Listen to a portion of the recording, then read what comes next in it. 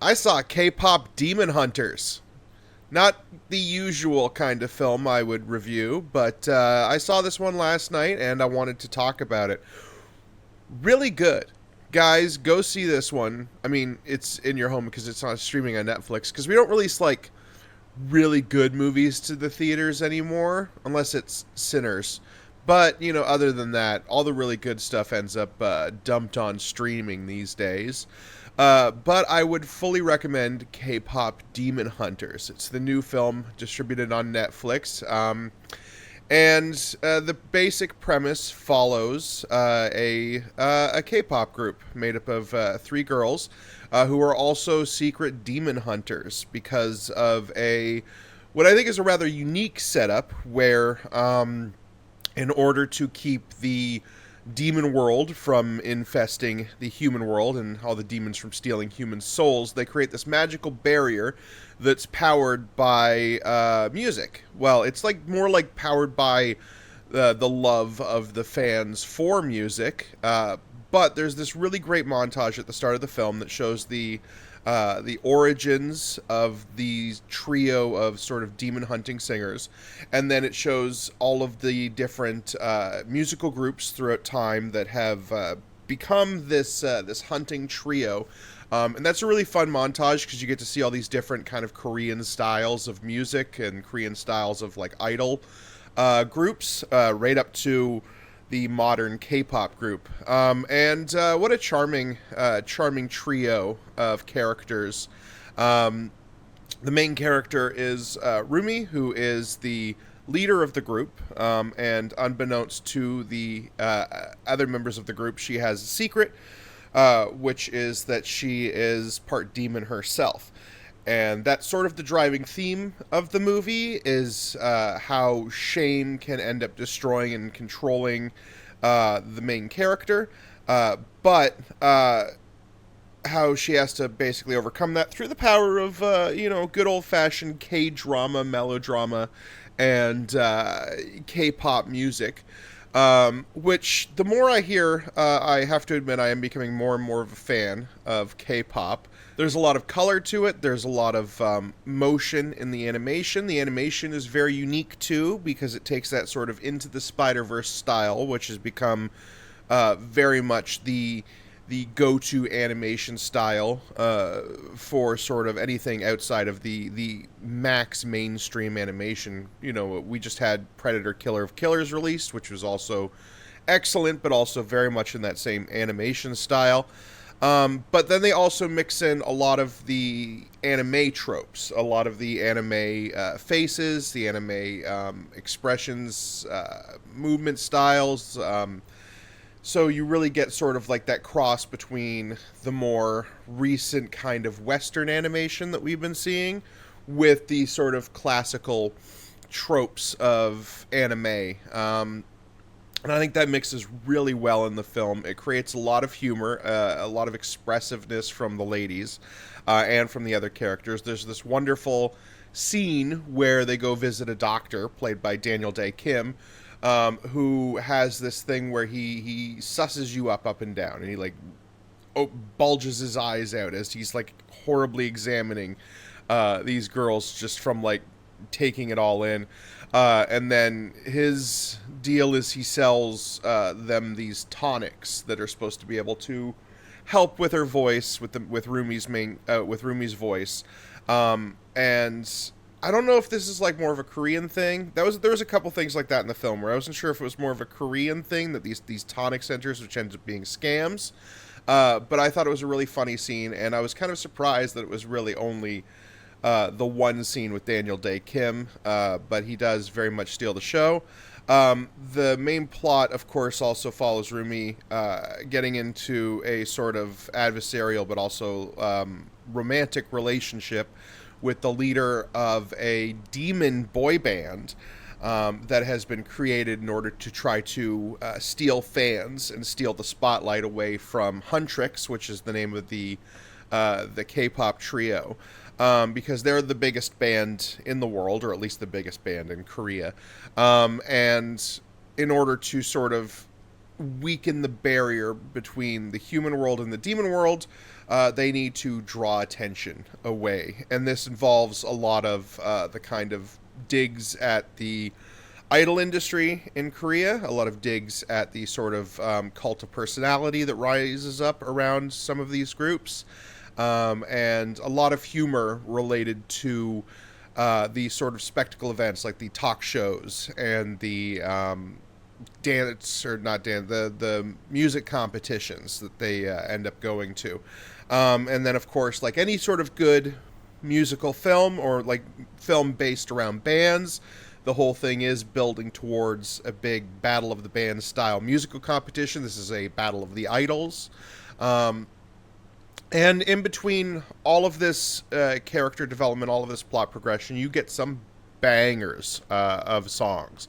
The film opens up with a really good introductory song about who they are and what they do, which is kill demons and do amazing dance routines.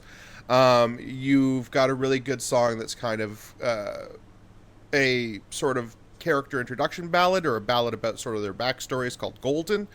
And then the final song in the movie is a real showstopper.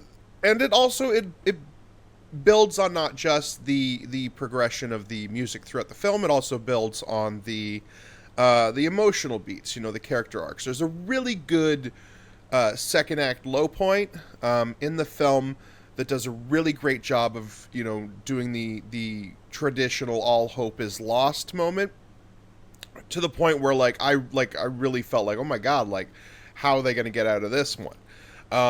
So really great writing all around, beautiful animation, great performances too. They do the sort of traditional, something that's not really done these days, especially in modern mainstream musicals, which is having different people do the songs versus the voice acting, which I think is a smart choice.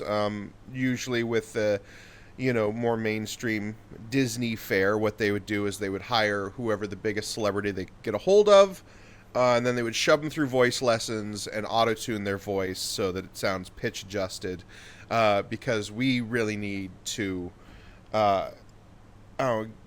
get Emma Watson to sing, even though she's not that great at singing. So, but we got to cast Emma Watson, right?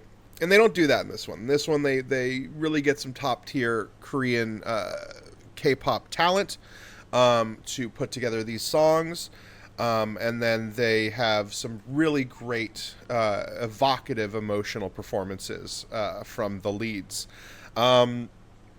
There's also an adorable cat monster in the film that is obsessed with making sure that everything, it's almost like an OCD type thing, where they want to make sure that everything that gets knocked over is picked back up or cleaned up, everything's in its proper place, because whenever they knock over a planted potter, they're spending 4 minutes trying to pick it up, in a really funny scene.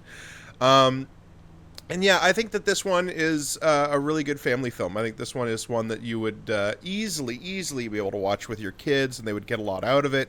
Boys and girls. I think that it is the kind of inventive animated risk that Netflix has kind of allowed to happen on their streaming service. The kind of thing that Disney would never want to finance, because there would be way too many risks involved for them. They probably would think it would be too alienating towards boys. They would probably think that it's too specific about one culture. It can be about a fantasy culture.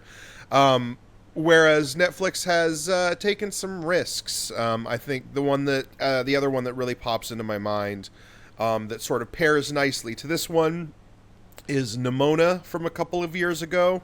That came out around the same time Disney's Wish did, and Neimona just showed them how to do it. Show them that you can take a unique, interesting film with some blatant trans and queer allegory in it, that you can craft a really beautiful, successful story around, Even if that story does kind of borrow elements from something like The Iron Giant, it's fine. It's fine because Neimona was also very wonderful and had some excellent lead performances.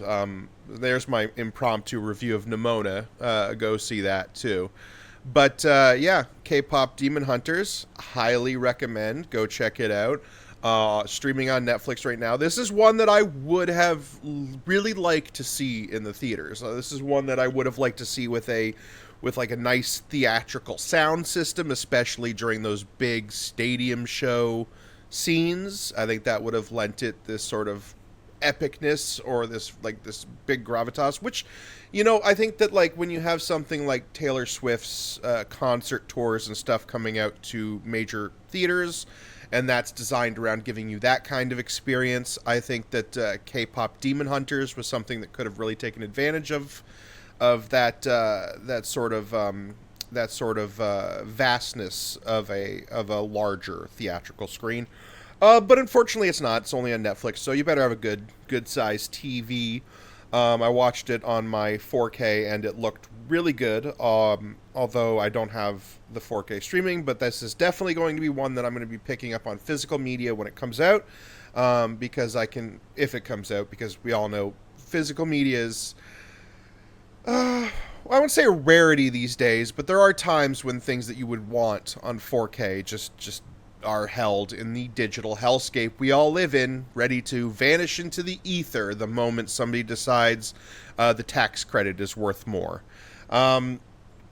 But K-pop Demon Hunters is something I would recommend you guys all check out. This is, again, more of an impromptu review because I just wanted to really recommend this movie, really hype this movie up. If you saw the title and you saw sort of the trailer playing a little bit when you were scrolling through Netflix and you kind of wrote it off because you thought it was too kiddie, you thought it was too much of a kind of a cringe idea or something, screw all that. Go watch K-pop Demon Hunters. I don't care if you're like a 40-year-old dude who's just sitting alone at home with a beer. Pop this movie on tonight. You're going to be singing by the end of it. So yeah, I would recommend this movie. Go watch it, everybody. All right, thank you so much for watching Space Station. Keep in mind we got more videos out right now. You can go back and check out, and I'm going to be trying to do a little more impromptu reviews and stuff like this of stuff I've seen. It's not as written or as planned out, but I'm trying to be a little more authentic these days, a little less planned. All right, everybody, stay safe, and remember, be who you are.